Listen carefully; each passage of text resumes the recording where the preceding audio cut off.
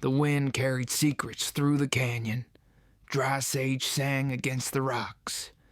Moonlight turned the desert pale as bone. A rider kept to the shadows. He moved like a thought no one wanted to admit. His coat hung dark, his hat brim low. When he drew up at the ruins of the old trading post, the fire he lit was small, careful, and mean as hunger. Her horse found him first, a dun mare with a tired gait and an honest heart. She stepped into the circle of light and shook rein from her mane. The rider did not look up right away. He fed the flame, a splinter of cedar. Then he raised his eyes and saw her in the saddle. She sat straight, dust on her skirts and thunder at her back. Her name was Maris Vale. Strong jaw, soft mouth, eyes that carried both storm and a dawn. She had ridden far without rest, and the desert had drunk her worry with a slow thirst. The stranger tipped his hat. His voice was rough and steady. Camp is open if you like. Night rides do not ask permission. They only ask the truth. She swung down. Her boots touched the ground like a vow she could not break. She kept her distance. He made no move. He let the fire talk for him. "You alone out here, mister?" she asked. "Guess I am," he said. "Name is Colt Mercer." She stood in the moonlight. The name struck something old and sleeping in her. She had heard of him. Folks said he rode with rain in his blood and a bone to pick with the law. Folks also said he kept his word even when it cost him blood. The desert makes a legend out of whoever does not look away. Colt poured coffee into a tin cup and set it on the ground halfway between them. The fire threw off a thin warmth. He watched the sparks drift up like little prayers that did not expect to be answered. Maris stepped closer. The coffee smelled like burnt hope and something better. She took a long breath. Then she tasted it. She watched him over the rim. His eyes stayed calm. They carried a silence like river stone, heavy, old, smoothed by passing time. "Why ride at night?" she asked. "I do not sleep well when days end with questions," he said. She understood that. Her own questions had grown teeth. They had bit hard all evening. She had left her father's ranch when the first stars lit. She had not told him where she was going. She could not find the words without tasting iron. The valley had tightened around her like a belt. Her father, Judge Nathan Vale, a man of sharp edges and colder mornings. He raised her on rules and winter air. She respected him, the way a hawk respects wind. But love gets small when fear eats it. Her heart had longed for a warm room where it could take off its boots. The fire snapped. The wind shifted and found a tin sign on the post. It rattled like a lonesome hymn. Colt looked at her hands. He saw the way she curled them when she hurt. He saw the way she let them loosen when she decided to trust for a little while. "You running, Miss Vale?" he asked. She blinked. The desert held its breath.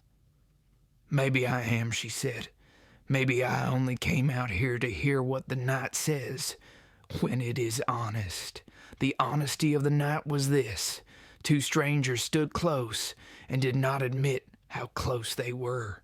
A horse blew out a slow breath. The moon softened the edges of the world until even danger looked kind. Colt handed her a blanket. She took it and wrapped it around her shoulders. Warmth moved the cold out of her bones. She sat on a stone near the fire and watched the flame catch her palm in a small dance. He sat across from her, legs loose, hands quiet on his knees. He said little, but his quiet was not empty. It carried weight. It made room for her to breathe. She had not felt that in a long time. She had felt measured, judged, arranged. Here she felt seen without being asked to explain. A coyote called far off. Maris looked up. The sky seemed deeper than it had before. She let herself think of the river in spring, the way thaw water humbles a hard bank. She let herself think of a porch with a light left on. She let herself think of a man who did not ask for more than she could give. But then she whispered, "Tell me what you want from this night, Colt Mercer." He did not move for a few beats. The fire painted his cheekbone and the scar along his jaw. He looked like a man who had made too many bargains with silence. He finally spoke. "I want a breath without the past in it," he said. "I want a little peace that does not come with a price. I want to sit with someone who does not lie to herself." She held his gaze. The wind tugged at her hair. Something in her chest let go. A knot, old and sore, gave a little. She set the cup down and rubbed her hands together.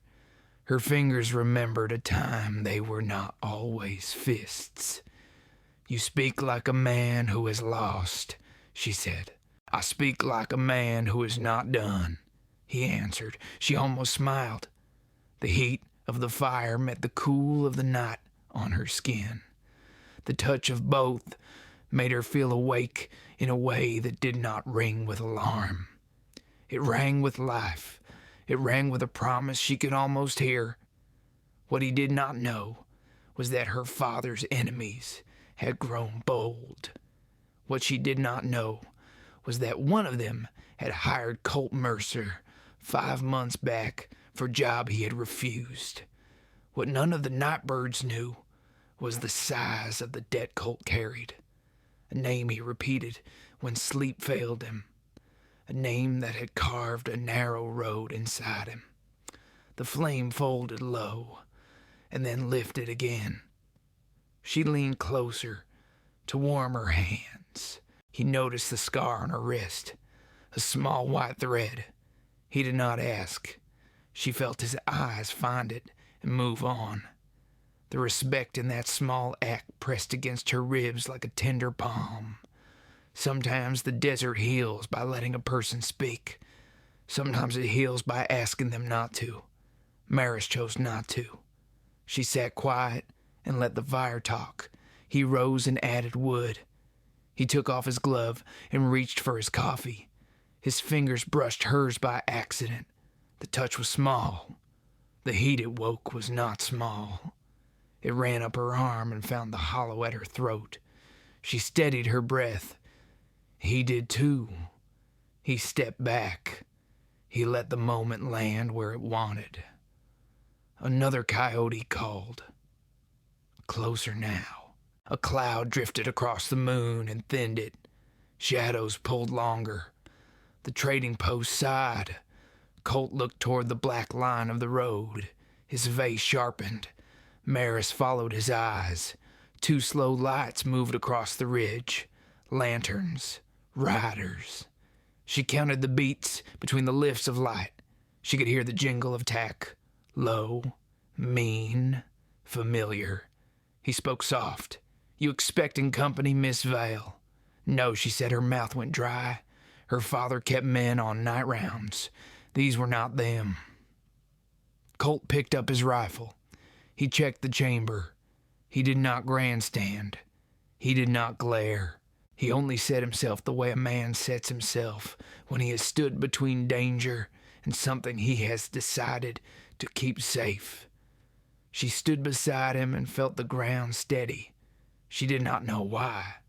She only knew it did. She felt the old fear rise and the new calm answer it. The lantern slowed. The riders fanned out like cards tossed by a bad hand. The first one laughed. The sound crawled. It came down the hill with dust on it. Colt lifted his voice just enough to reach her ear. "Stay close." She nodded. She did not look at him. She felt him anyway. The night closed its fist around the scene and held tight. If this story has warmed a quiet corner of your heart, stay close. The night is not done speaking. When the wind falls, the truth will rise. The first shot split the night clean in two. Sparks leapt from a rock near Colt's boot. He didn't flinch. He just turned and motioned Maris behind a half-broken wall of the trading post. Dust rained from the rafters. The horses snorted, restless. Two riders came down slow from the ridge, lanterns swinging.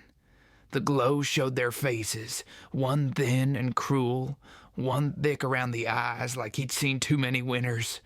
Colt knew the type. Men who killed for wages, not reasons. He crouched by the fire, hand steady on the rifle. "You'd best move on," he called, voice even. The thin one laughed. "Can't do that, Mercer. Word says you've been seen where you shouldn't be. And the judge doesn't take kindly to ghosts hanging near his fences." Colt's jaw set. He glanced at Maris. Her breath caught at the name. Her father's reach had found her, even here. The second man swung his lantern higher. "That the judge's girl. Hell, looks like our ride just got worth twice the pay." Colt stood, rifle raised. "You'll be worth nothing if you try." He fired once. The shot took the lantern from the man's hand. It burst in a splash of fire and glass. Darkness slammed back into place. "Get to your horse," he said to Maris. "I'm not leaving you." He turned, the faint light catching the scar near his temple. "You don't know me, ma'am." "I know trouble when I see it," she said, voice shaken but proud. He almost smiled. "Then you'll know I'm the kind that stands between it and what matters." The gunfire started again. Dust and lead ripped the boards apart. Colt moved quick, pulled her down. His body covered hers, rough coat pressing against her breath. The smell of leather and smoke filled the space between them. She could hear his heart, steady even, while bullets screamed. When the shot stopped, silence came heavier than noise. The riders cursed, retreating. Hooves faded into the dark. Colt waited. Then he eased off her, checking the horizon. "They'll be back by dawn." Maris sat up, hands trembling. Her palm brushed his arm. Warm skin, rough scars. "You knew them," she said. "I've known men like them all my life." She swallowed. "They said my father sent them." He didn't answer. He packed the rifle and poured sand over the dying fire. The stars blinked out one by one behind clouds. "You came looking for me, didn't you?" she said. He stopped moving. "You should get on your horse, Maris." She rose. "Answer me." He turned. The truth in his eyes was hard and tired. "I was supposed to. Weeks ago. A man paid me to bring Judge Vale to his knees, but I saw what kind of justice that would be and walked away." Her voice was a whisper. "You wanted him dead." "I wanted peace, none of him," he said. "But men like him don't leave peace for others to find." Wind pushed through the ruins. Her hair blew across her face. "So you came for him, and you found me." "Looks that way." "Are you going to finish what you started?" He met her eyes. "No, not anymore."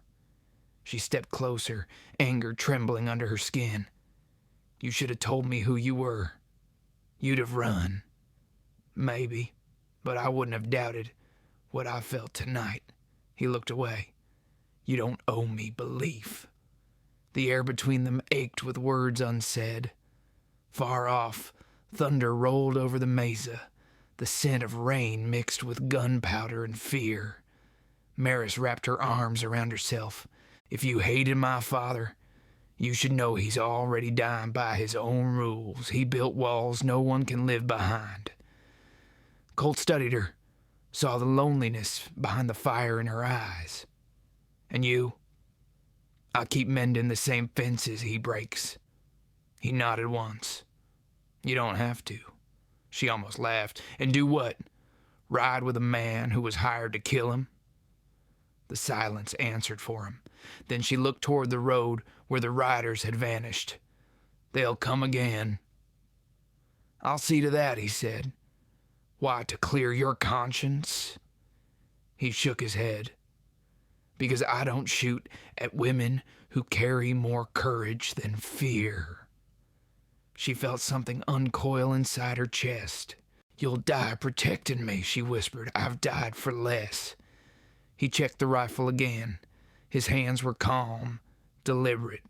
She watched them and thought how those same hands could heal if they ever stopped fighting. He spoke without looking up. We ride east. There's an old miner's cabin by the creek. We can rest till morning. We? He looked at her steady. You can stay here and wait for the next bullet, or trust me long enough to see the sun. She studied him for a long time. Then she nodded. All right, Colt Mercer, but if you lie, the desert will bury us both. He almost smiled. Fair enough. They saddled the horses. The rain came thin at first, then harder. Lightning flashed over the canyon walls, turning them ghost white. The trail shimmered beneath hooves. They rode side by side through the storm. The world shrank to rain, breath, and the rhythm of horses.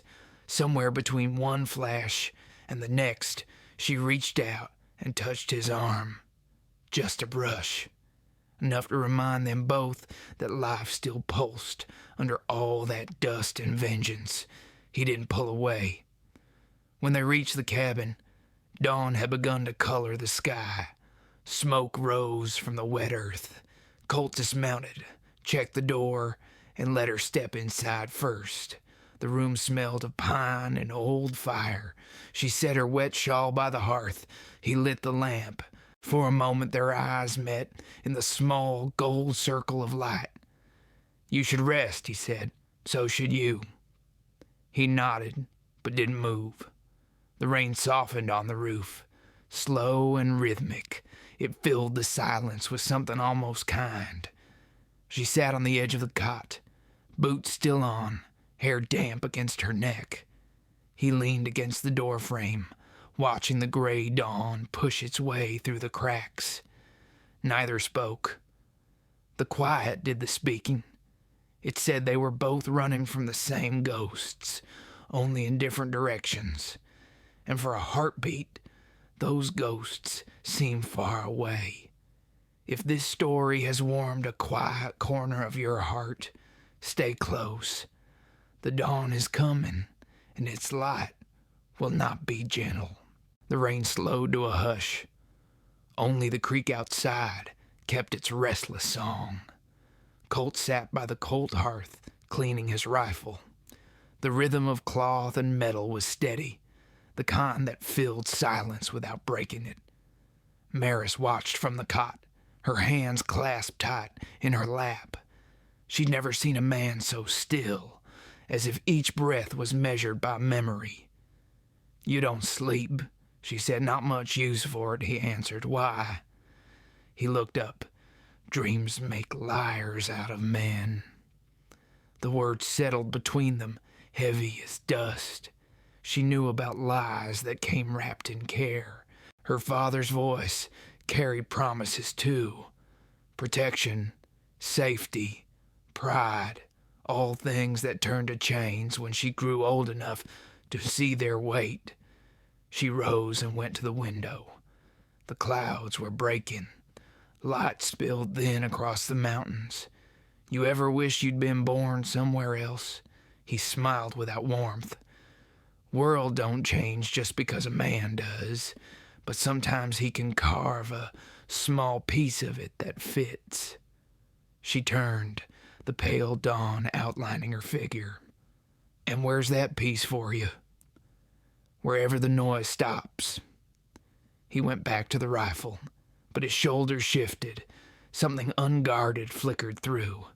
She caught it, though she said nothing. The fire in the stove cracked. She knelt to feed it kindling. Her fingers brushed the matches. He noticed the small tremor in her hand. "Here," he said, reaching over. His hand covered hers, just enough to steady. Warm, calloused, human. She didn't pull away. For a breath, the world was only that. The quiet beat of skin meeting skin. The fire caught, a small flame licking the wood. She drew her hand back slowly, almost reluctant. "Thank you." He nodded, eyes on the flame. "You light things easy." She smiled faintly. "You talk like a poet for a man who rides with a gun." He shrugged. Desert teaches a man words if he listens long enough. Wind's full of them. She sat across from him, knees drawn close. The warmth spread between them. "Colt," she said softly, "why'd you turn away from the job? Men like you don't back out without reason." He didn't answer right away. The flame danced across his face, catching the line of his jaw. "I saw what killing him would do. It wouldn't stop the rot. It'd feed it. The judge has enemies stacked like firewood, men who'd burn the world just to stay warm. And you. I was one of 'em once." Her voice lowered. "What made you stop?" He looked at her. "A woman I couldn't save." Maris's breath caught. "What happened?" "She thought I could outrun what I was. I let her believe it." He paused. "Turns out the desert keeps score." The air thickened. Outside, the rain had stopped completely. Only the slow drip from the eaves remained. "I'm sorry," she whispered. He shook his head. "Don't be. She made me remember what peace looks like. I've been trying to find it again since." She studied him, the scar near his temple, the weary truth in his eyes. "Maybe peace isn't out there, Colt. Maybe it's sitting right across the fire, waiting for you to stop running." He held her gaze. No words, just the quiet ache of being seen. For the first time in years, something inside him loosened. That knot of guilt and miles unspoken. She turned toward the fire, her voice low. "My father thinks control is the same as love. Maybe that's why he's feared more than he's loved." "He'll come looking for you," Colt said. "I know. He'll bring men." "I know that too." He stood, walked to the door, and pushed it open. The world outside glowed silver with morning. "You could still go back," he said. "Say it was a misunderstanding. Let him forgive you the way powerful men do, by forgetting you ever had a choice." She rose and went to stand beside him. "You think I rode through the desert to crawl back into a cage?" Her words hit hard, soft, true. He admired that kind of courage, the kind that bleeds quiet and deep. "You're your own kind of storm," he said. "Then you best find cover," she replied, half smiling. He almost laughed, a low sound that surprised them both. The moment softened something cold in the air. They stepped outside. The land stretched wide, wet, raw, alive. A hawk circled high, sharp against the light. Maris drew a breath of it. "I used to think the desert was empty." "It ain't empty," Colt said. "It's just honest. Doesn't give more than you earn." She looked at him then. Really looked. "And have you earned what you're looking for?" "Not yet." The words hung there, between them, between what was and what could be. Then a noise rose from the canyon below. Faint, metallic, rhythmic. Hooves. Colt's expression changed. "They found us." "How?" "Your father's men ride with hounds. The rain's gone. Scent'll hold." Maris's pulse jumped. "Then we run." He shook his head. "We can't outrun a dozen men on open land." "Then what?" He turned toward the creek. "We disappear." She frowned. "Into where?" He pointed to a narrow cleft in the rocks beyond the ridge. Old silver tunnels, deep enough to hide the dead or the living who don't want to be found. She followed him as he packed quickly. The horses snorted, uneasy. The morning light broke across the hills like a warning. They rode hard for the rocks. Dust lifted in golden ribbons behind them. The sound of pursuit grew closer. Men shouting, dogs barking, iron striking stone. The path narrowed. He reached back, caught her hand, steadying her through the climb. Their fingers locked for a heartbeat too long. Neither let go first. They reached the mouth of the tunnel. Cold air spilled out like a secret. He led his horse inside, motioning her to follow. As the shadows closed over them, Maris whispered, "You sure this is safe?" He looked back, eyes steady in the half-light. "Safe's just another word for what we lose when we stop fighting." The echo of his voice carried down the tunnel like a promise neither knew how to keep. If this story has warmed a quiet corner of your heart, so stay close. The shadows still hold the truth we're not ready to face. The tunnel swallowed them whole. Cold stone, wet air, the drip of unseen water, the sound of hooves turned hollow against the rock. Every step echoed like a secret they shouldn't have told. Maris gripped the reins tight. The dark pressed close, thick and breathing. Colt rode ahead with a small lantern, the flame trembling but steady. The light touched his shoulders, his hat brim, the steady rhythm of a man who lived through worse. "How far does it go?" she asked, voice low. "Long enough," he said. "Old miners carved these shafts when silver meant hope. Most died before they found it. And we're riding through their graves," she murmured. He nodded once. "Better their ghosts than your father's men." A gust of cold air swept through, smelling of rust and earth. Her mare shied, hooves scraping against stone. Colt turned quick, steadying her reins before the horse bolted. His hand brushed hers, firm, grounding, unshakable. "Easy," he said. "It's just air finding its way out." Her breath caught, but not from fear. His voice settled something inside her, like sand after a storm. She didn't speak again for a while.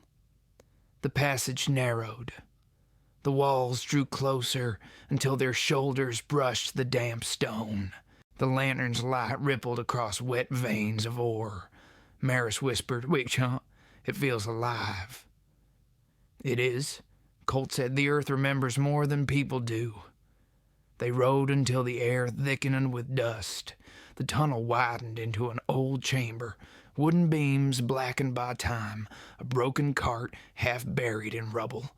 He dismounted, set the lantern on a rock, and checked the other tunnels branching away. "They'll search the ridge," he said. "If we stay quiet, they'll pass." Maris climbed down, stretching her stiff legs. The silence pressed so deep she could hear her heartbeat. "Colt," she said softly, "you really think he sent them to kill me?" He didn't answer right away. He looked toward the tunnel mouth, then back at her. "I think he sent them to bring you home. But men who live by power don't care how home looks when you get there." She lowered her gaze. "He's not always been cruel. Just colder every year, like the law burned out what was left of him." "That's what the law does when it stops being about right," Colt said. "It turns men into ghosts that can't see their own hands." Her eyes lifted to his. "And you? What did the world turn you into?" He gave a faint smile. "A man who learned that forgiveness is rarer than gold." She stepped closer. The firelight between them flickered across her face, catching the sadness under her strength. Then, "Maybe you came to the wrong woman," she whispered. "Maybe not," he said. The silence that followed wasn't empty. It hummed with breath and nearness, the kind of quiet that comes before something real begins. She sat down beside the small flame. "Tell me the truth, Colt Mercer. If my father hadn't been the target, would you still have taken the job?" He stared into the light. "Back then I didn't ask names, just prices. And now I ask what it costs after it's done." She studied him. "And what's the cost this time?" He looked at her hand resting near the fire. "Maybe too much." The words hung there, soft but certain. Somewhere deep in the tunnels, a faint echo answered, the ring of metal on stone, horses, voices. The hunt had found the mouth of the mine. Colt rose fast, motioning for silence. He doused the lantern with his gloved hand. The dark crashed in. Only the red glow of the fire's last ember painted their faces. He leaned close. "They'll light torches soon. We move through the lower shafts. Stay behind me. Don't speak unless I say." She nodded. Her breath trembled, but her eyes stayed fierce. They moved down a narrow passage. The ground sloped slick with moisture. The air grew colder. Colt's hand brushed the wall, counting turns, remembering the old layout like a man who'd lived 100 lives underground. Behind them, the echo of men's voices grew sharper. The tunnel filled with orange light, flickering from torches. Maris whispered, "They're close." He turned, put a finger to his lips. "Trust me." They came to a drop, a steep slide of rock leading into blackness. Colt dropped to one knee and peered down. There's water below, a pool that feeds the creek. "You want us to jump?" He looked up at her. "You want to live?" For a heartbeat, she saw the man he used to be, reckless, determined, a little broken, but alive. She took his hand. "Then I'll follow." He went first. The fall wasn't long, but it hit cold and fast. The water swallowed him. He surfaced with a gasp, looking up. "Come on." She stepped back, took a breath, and leapt. The plunge took her breath, the shock biting like snow. Then strong arms caught her, steadying her against the current. His chest was solid against her back, his breath warm in her ear. "Got you." She held on, trembling. "You always this sure of yourself?" "No," he said, "just of you." They stayed like that for a moment, half submerged in shadow and cold, until he led her toward a sliver of daylight ahead. They pushed through reeds and mud and came out beside the creek, hidden under a tangle of rock and willow. Above them, voices shouted from the tunnel mouth. The sound was far, fading. Maris leaned against the stone, soaked and shaken. "You saved us." He met her eyes. "Don't thank me yet. They'll keep looking."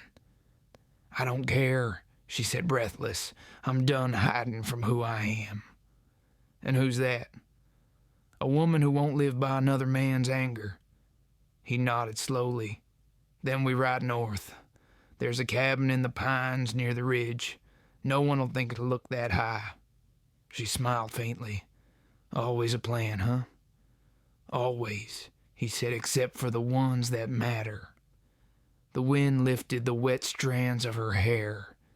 He reached out, brushed them gently aside. The touch was brief, but careful, like a man testing whether the world might still forgive him. For the first time, she didn't pull away.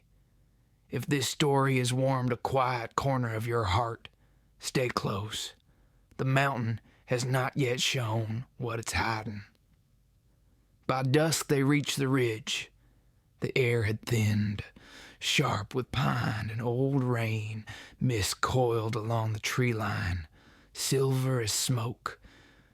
Colt led the horses through the narrow pass until the cabin appeared, half buried in the slope, forgotten but still standing. Maris slid from the saddle. Her legs trembled, but not from fear this time. The long ride had stripped everything false from her. Only breath, heartbeat, and the quiet pull of survival remained. Colt tied the horses under the lean-to, checked the perimeter, then nodded. "We'll be safe here for a while." She followed him inside. The place smelled of cedar and ash. A stone hearth stood cold, the remnants of old firewood stacked neatly beside it. She knelt to build the flame, while he unrolled his coat by the door, always half listening to the wind. When the fire caught, warmth crept across the room.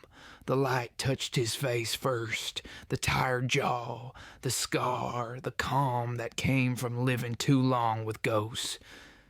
"You always look over your shoulder like that?" she asked. He smiled faintly. "You live by the gun long enough. It starts whispering even when it's quiet." She studied him. "And what's it whisper now?" He met her eyes. "That I shouldn't have brought you here." Her voice softened. "But you did." "Yeah," he said. "Guess I was tired of riding alone." The words landed between them like the soft crack of pine in the fire. She turned back to the flame, letting the quiet settle. The room breathed with them, two strangers bound by everything they didn't yet say. Outside, thunder grumbled low over the peaks. Maris broke the silence.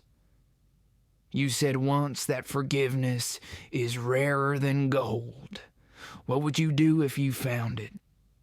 He looked into the fire. "Bury it deep before the world steals it back." She smiled sadly. "Then maybe you don't know how forgiveness works. Maybe you don't know what I've done." She shifted, pulling the blanket around her shoulders. "Maybe I don't care." He looked up. Her eyes were steady, not soft. He saw something in them he hadn't seen in years, a kind of belief that didn't demand proof. It scared him more than any bullet. He stood pacing once to the door.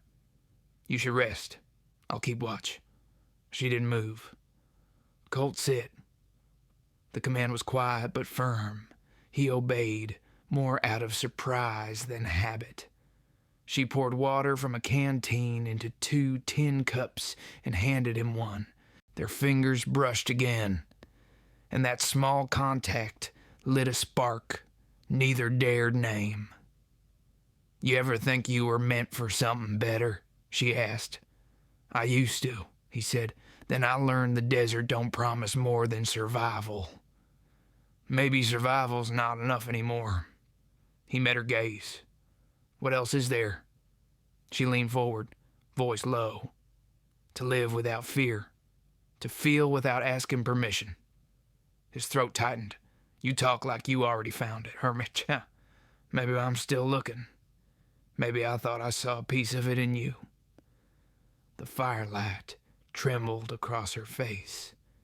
He could see every small scar time had left on her, each one a story she never told.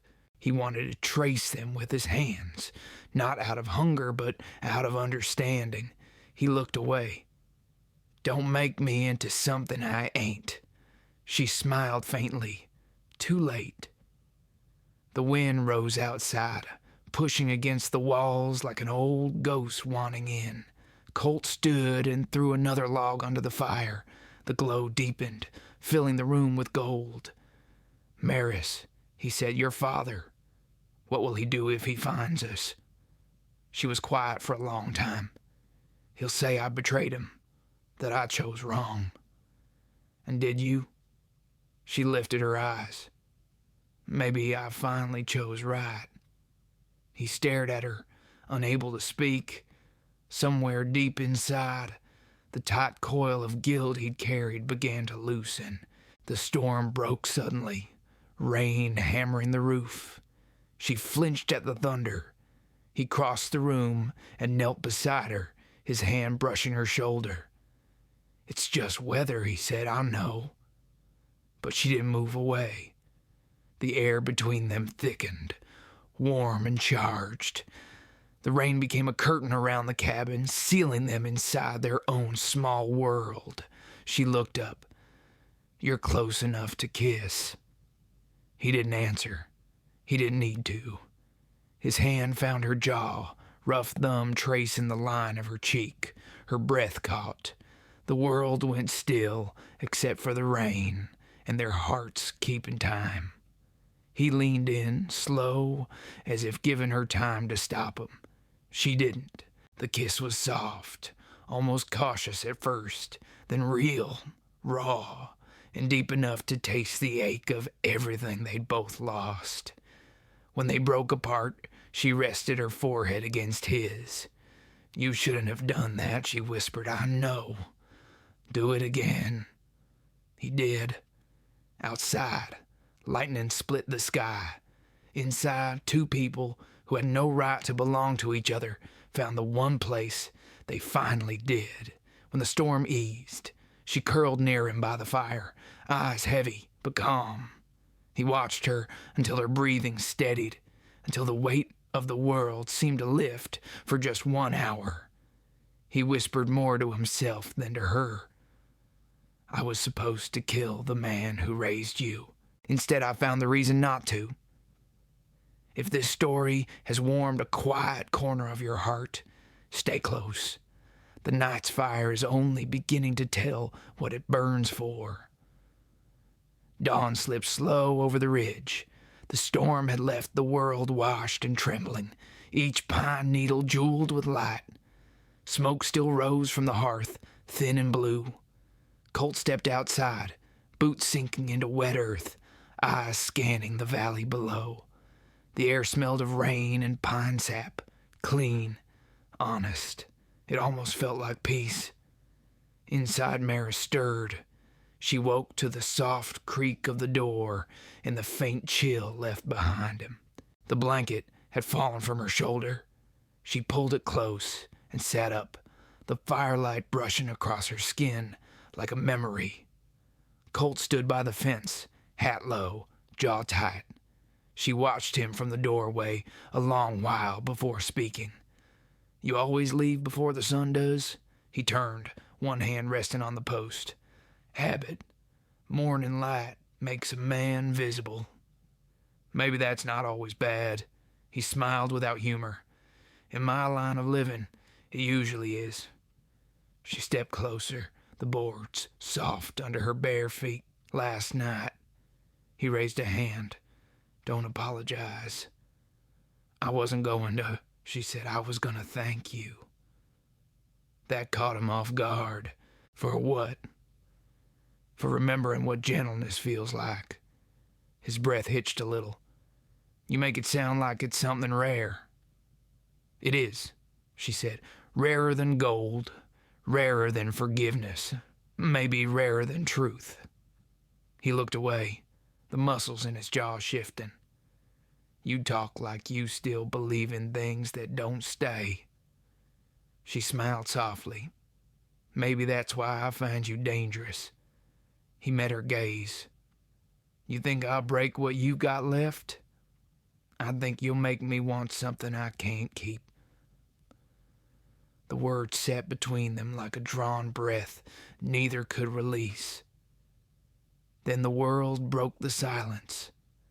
A distant echo down the valley, the faint cry of riders calling to each other. Colt's head snapped up. "They're not far." Maris's pulse jumped. Already?" "They'll never stop," he said. "Men like your father don't rest till the land does his bidding."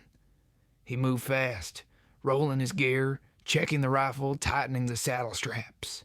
His calm was precise, cold, the same calm he wore when facing death. Maris came to his side. "What's the plan?" "Ride north, cross the high pass before noon. And if they block it, then I'll make sure they don't." She caught his wrist. "You're not dying for me, Colt." He looked down at her hand.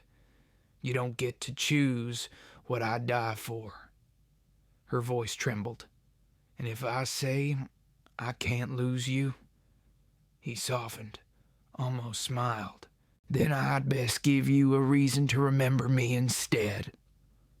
Before she could answer, the first bullet screamed through the pines. Bark shattered above her shoulder. Colt grabbed her, pulling her behind the cabin wall. "Stay low," he said. "Colt, stay." He moved like water, calm, sure, deadly. The rifle barked once, twice. A man's shout echoed through the trees. Then silence. Maris pressed her back to the wall, heart pounding. The air smelled of gunpowder and wet wood. Her hands shook, not from fear, but from the sudden, brutal realization that she could lose him before she'd even learned what it meant to have him. He ducked back beside her, eyes sharp. "They've got 5, maybe 6. They'll circle from the creek. What do we do?" "We make it count." He checked his last rounds. She watched his hands, steady as stone, scarred, incapable. "Colt," she whispered, "if you fall, I'll never forgive myself." He turned, met her eyes. "Then you better start praying I don't." Another volley tore through the trees. The horses screamed. Colt fired back, then pulled her toward the rear door. "Move!" They ran through the back clearing, mud clinging to their boots. The ground fell steep into a ravine thick with fog. He stopped at the edge, breathing hard. "We can lose them down there." Maris looked over the drop. "That's near suicide." He grinned. "Tired, wild, beautiful. Ain't that what love's always been?" Before she could answer, he jumped. She followed. The descent was chaos. Branches slapping, rocks sliding, gravity doing what bullets hadn't. They hit bottom hard, gasping, covered in dirt and rain. For a moment, they just lay there, listening to the thunder of pursuit fading above. Then she laughed, low, breathless, unbelieving. "You're insane." He smiled back, mud streaked across his face. "You're still here. Guess that makes me worse." He reached over, brushed the dirt from her cheek with his thumb. "Or braver." The silence that followed wasn't just relief. It was something else. The strange, fragile peace that comes after nearly dying with someone you can't stop wanting. Maris leaned against him, chest heaving. "How far till we're clear?" "Far enough to matter," he said. "And after that?" He hesitated. "After that, I take you somewhere your father can't reach. And you? I'll keep moving."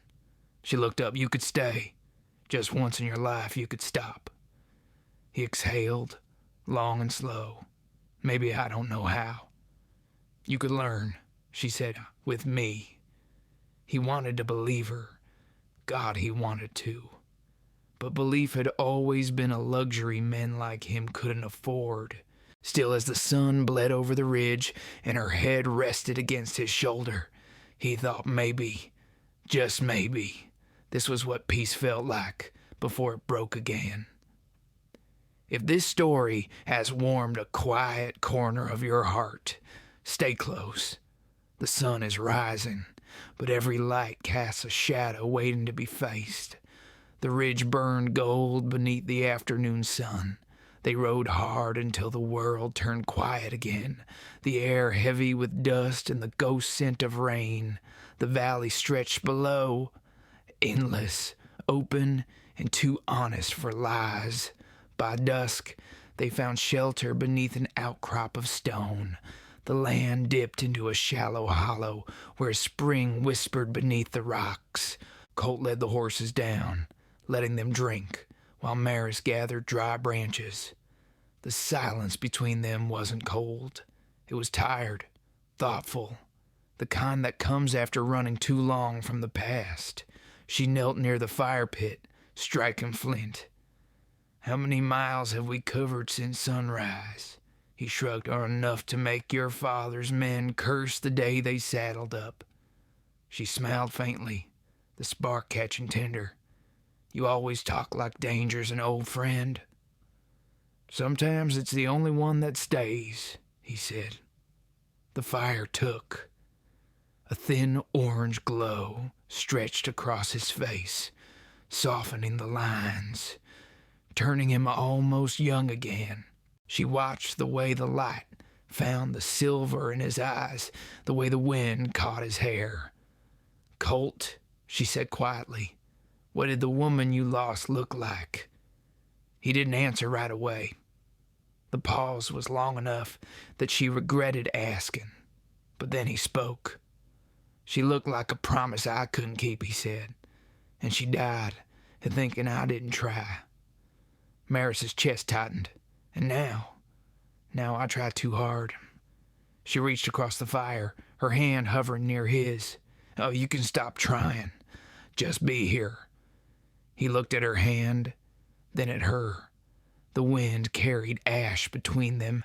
He reached forward and took her fingers in his, slow, deliberate, like a man afraid of breaking something sacred. "You make it sound easy," he said. "It isn't," she replied, "but maybe it's worth it." The words slipped soft as rain, the space between them filled with something that wasn't fear anymore. He moved closer. The fire painted his skin in copper and shadow. Her breath came shallow, uncertain. When his hand brushed her cheek, she didn't pull away.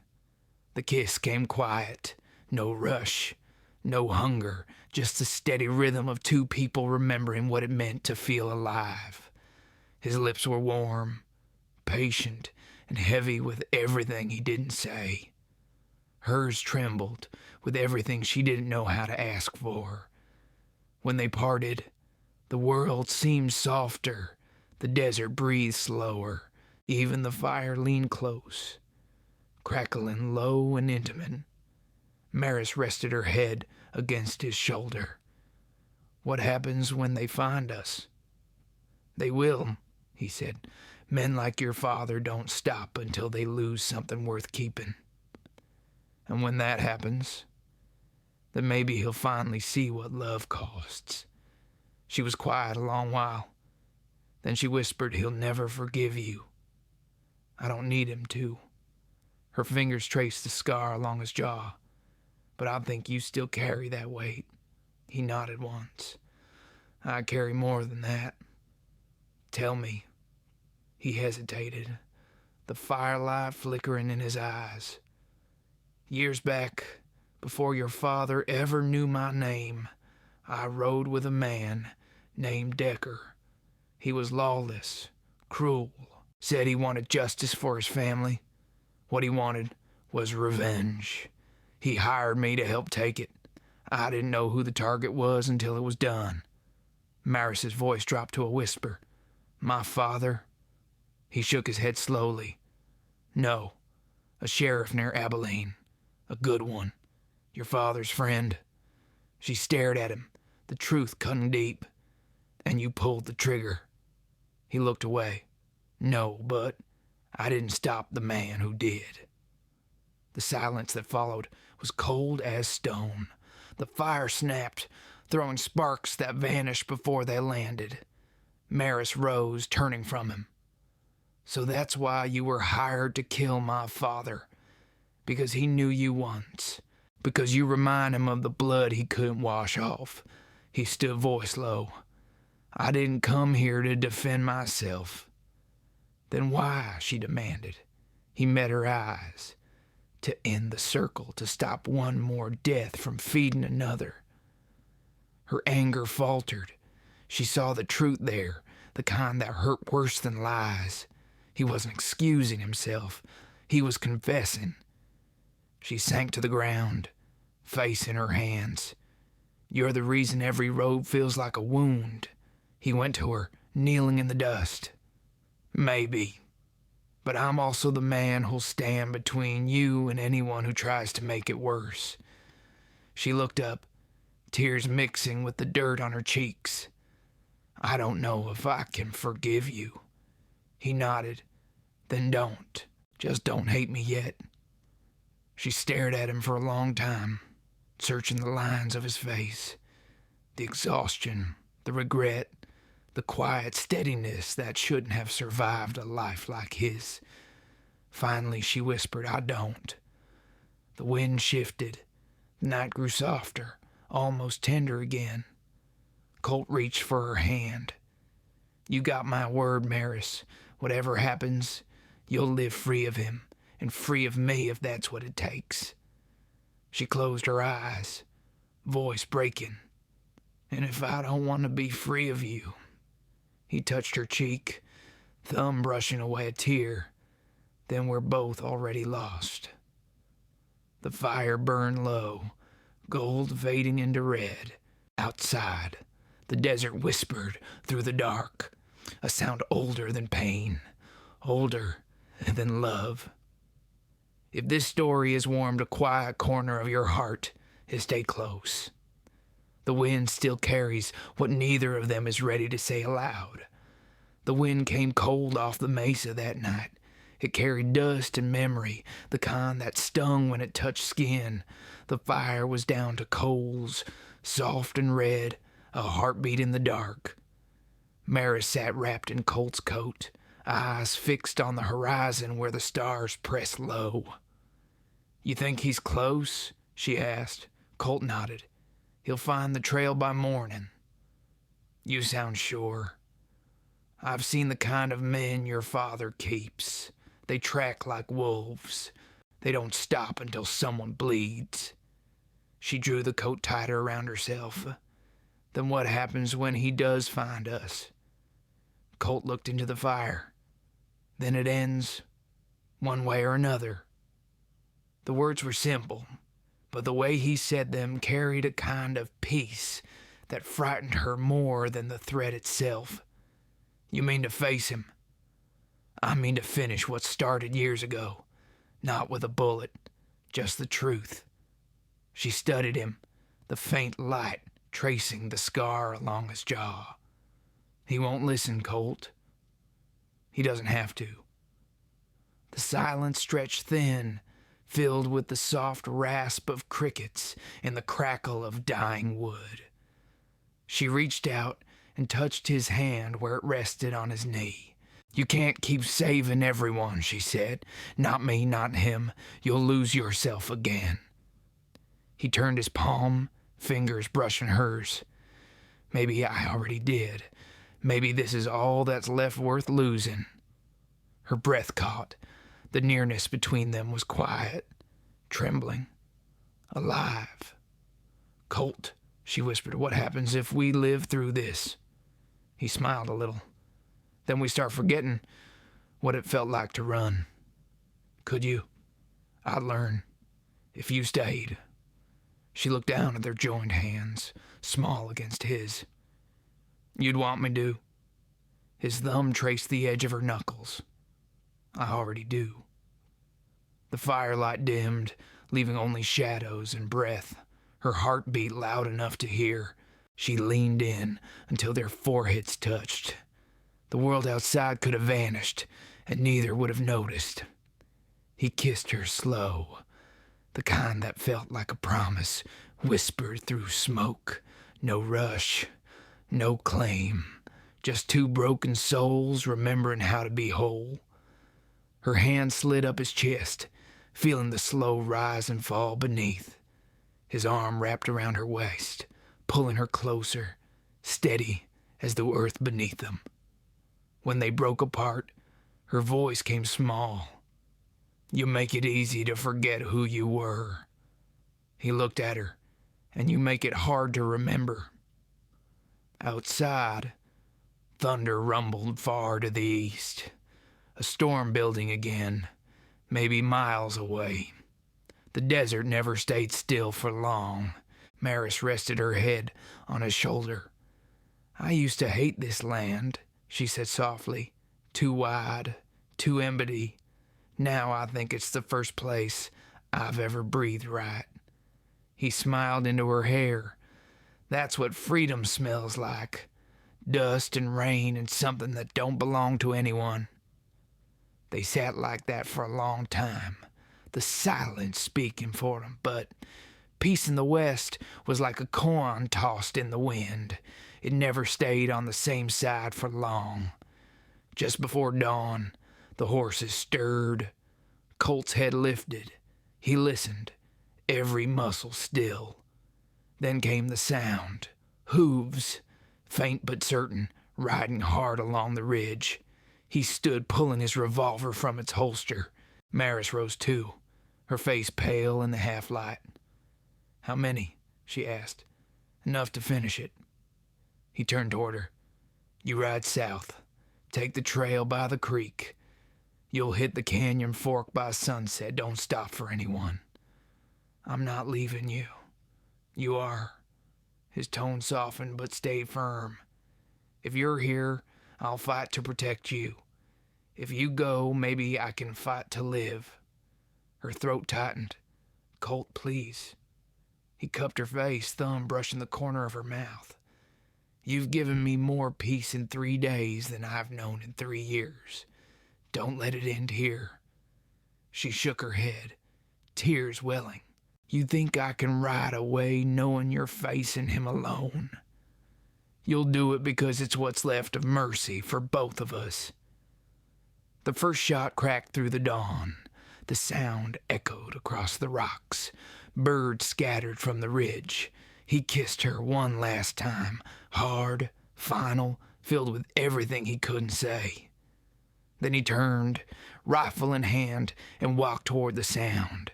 Maris stood frozen, watching him go. The sun was just breaking, a pale fire spilling over the land. She wanted to scream, to run after him, to stop what had already been written long before she was born. But she didn't. She mounted her horse and rode, heart breaking with every step. Behind her, the echo of gunfire rose again, closer now. She pressed her heels to the mare's sides, tears cutting through the dust on her face. The world blurred, the sky, the earth, the ache inside her. Every sound of the shots was a heartbeat she didn't want to count. And then, after a long, awful silence, there were no more. If this story has warmed a quiet corner of your heart, stay close. The dawn has only begun to reckon with what the night has taken. The sun climbed slow and heavy over the desert, spilling light across the ridge where smoke still drifted. The smell of gunpowder clung to the air, sharp and bitter, mixing with the dust that never settled. Maris reined in her horse at the foot of the canyon. Her hands shook around the leather, her throat dry from the miles she'd ridden. Every sound seemed too loud. The creak of the saddle, the breath of the wind, the echo of what might have been his last shot. She turned the horse around. "No," she whispered, "I'm not leaving him." The words came out raw, more vow than thought. She pulled the reins hard and rode back toward the ridge. The trail cut deep into the stone, marked by hooves and blood. Each turn brought her closer to the truth she didn't want, but couldn't live without. When she reached the rise, the air went still. Smoke curled from the rocks like memory. She dismounted, boots crunching over empty shells. A rifle lay half buried in dust, Colt's coat draped over a boulder nearby. She picked it up, fingers trembling. It was still warm. "Colt?" Her voice broke in the wind. No answer, just the low hum of the desert waking to another day. Then movement. A figure slumped near the base of the ridge. She ran to him, heart thundering. Colt lay half in shadow, blood on his shoulder, dust in his hair. His breath came shallow but steady. "God," she whispered, dropping to her knees. "You stubborn fool." He opened one eye, a slow smile breaking through the pain. "Told you to ride south. I don't listen well. Figured that out." He winced, trying to sit up. She pressed a hand to his chest, gentle but firm. Don't move. You'll tear the wound. He looked past her toward the horizon. They're gone. Your father's men. Pull back. How? He nodded toward the ground. One still breathing. Told him to take word I was dead. He believed me. She swallowed hard. And my father... Colt's jaw tightened. He wasn't here, but he'll know soon enough. She sat beside him, pressing the torn fabric against his shoulder. Blood seeped warm between her fingers. He looked at her hands. You ain't afraid of much, are you? I was, she said softly, until you made me forget how. He let out a weak laugh. That might be the worst thing I ever did for someone. She smiled through tears. Then it's the first thing you did right. The wind picked up, stirring the dust around them. She glanced at the sky. We need to get you out of here. There's an old stream bed down the hill, water, shelter. He shook his head. No, too far. I can't leave you here. He met her eyes. You won't. Something in his voice stopped her. The calm of a man who'd already made peace with the storm. Don't you dare, she whispered. Not Maris, he said, quiet, steady. You gotta live a life that don't end in someone else's shadow. Not mine. Not his. She caught his hand, pressed it to her heart. I only just found you. He smiled faintly. Then remember me right. Not as a killer, as a man who tried to do one good thing before the dust took him. Stop talking like that, she said. You're not dying. He studied her face, the fire in her eyes, the way she fought the world even when it wasn't winnable. You got his strength, he said, but your own mercy. That's what'll save you. Then let it save you too. He tried to speak again, but the pain took his breath. She pressed harder on the wound, panic creeping in. Colt, please, stay with me. He lifted his hand, brushing a strand of hair from her face. His touch was faint, but steady. Don't let hate write your story, he whispered. Promise me that. I promise, she said through tears. He closed his eyes for a moment, and for one terrible heartbeat she thought he was gone. But then he breathed again, slow and fragile. She leaned close, forehead against his. You're not leaving me? Not yet. He smiled weakly. Didn't plan to. Just rest in my eyes. Relief broke her chest wide open. She pressed her face to his shoulder, trembling. The desert wind whistled around them, carrying the faint smell of rain again, like forgiveness coming home. Hours passed. She cleaned the wound, tore her sleeve to bind it. By dusk, his color had returned, faint but real. When he stirred, she was there, holding a tin cup of water to his lips. Drink. He did, eyes open and slow. You stayed. Always. The sun sank low behind the hills, turning the world to gold and shadow. She sat beside him, his head resting against her thigh, her hand brushing the hair from his brow. He looked up at her. You were supposed to run. I did, she said. Back to you. He exhaled, half a sigh, half a laugh. Guess the desert got one more surprise left. She smiled through tears. It's not the desert. It's you. He reached for her hand again, fingers lacing weakly through hers. You ever wonder what comes after all this? She looked toward the horizon. Maybe peace. He nodded. Maybe love. And maybe they're the same thing. The last of the light slipped away, leaving only the slow rhythm of their breathing, the quiet pulse of life still fighting to stay. If this story has warmed a quiet corner of your heart, stay close. The night will decide whether love or loss rides with the dawn. Night fell gentle over the valley, the kind of darkness that felt less like an ending and more like a breath between storms. The stars came slow, one by one, soft as ash falling through the sky. Colt lay half-propped against a rock, firelight warming the edge of his jaw. His skin had lost that pale, dying hue. Strength was creeping back in, inch by inch.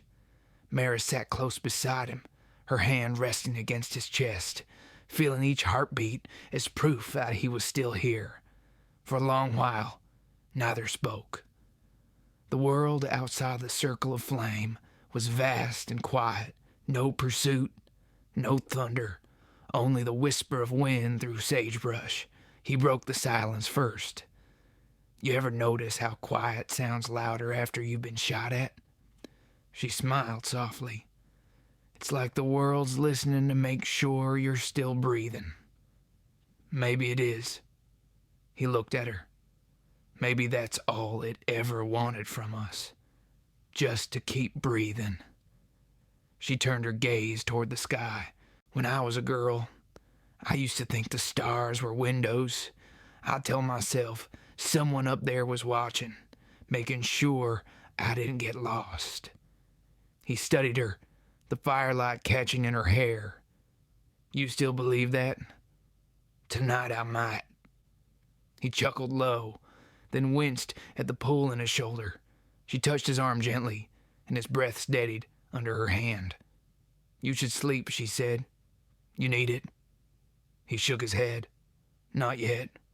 If I close my eyes now, I'll dream of everything I haven't said. Then say it. The flames crackled, throwing sparks into the dark.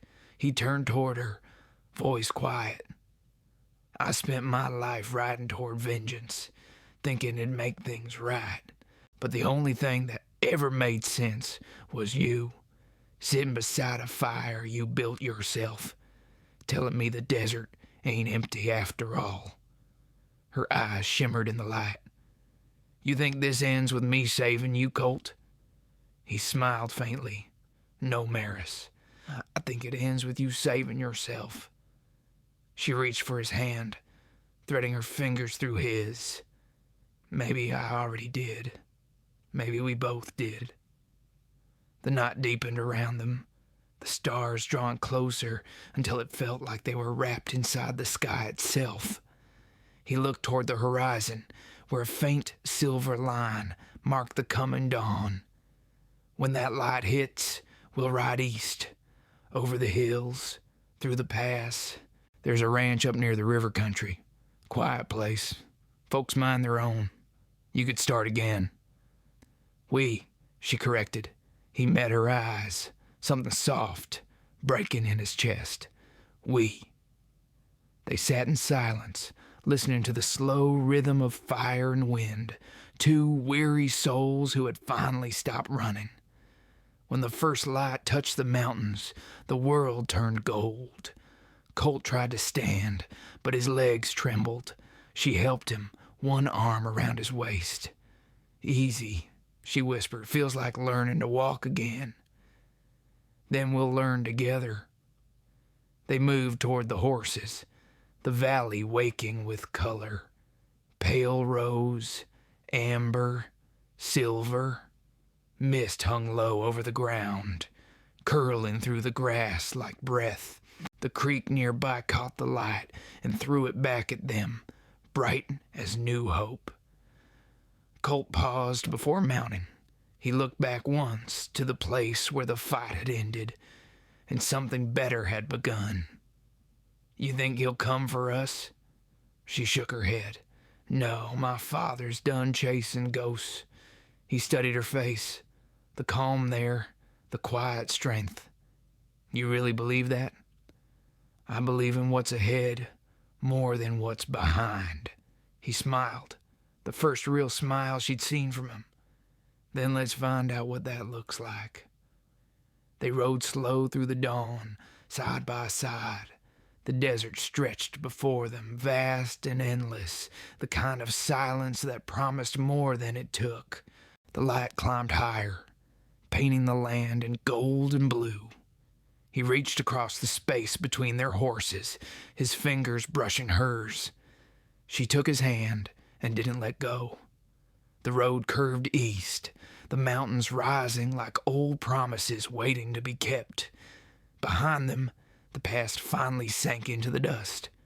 Ahead, the world opened, wide, untamed, alive, and for the first time in their lives, neither of them looked back. The fire of night had turned to morning light, and love, quiet, steady, and real, rode with them into the day. If this story has touched a tender place in your heart, let your light stay with us. Comment, share, and subscribe so this Western fire keeps burning for you.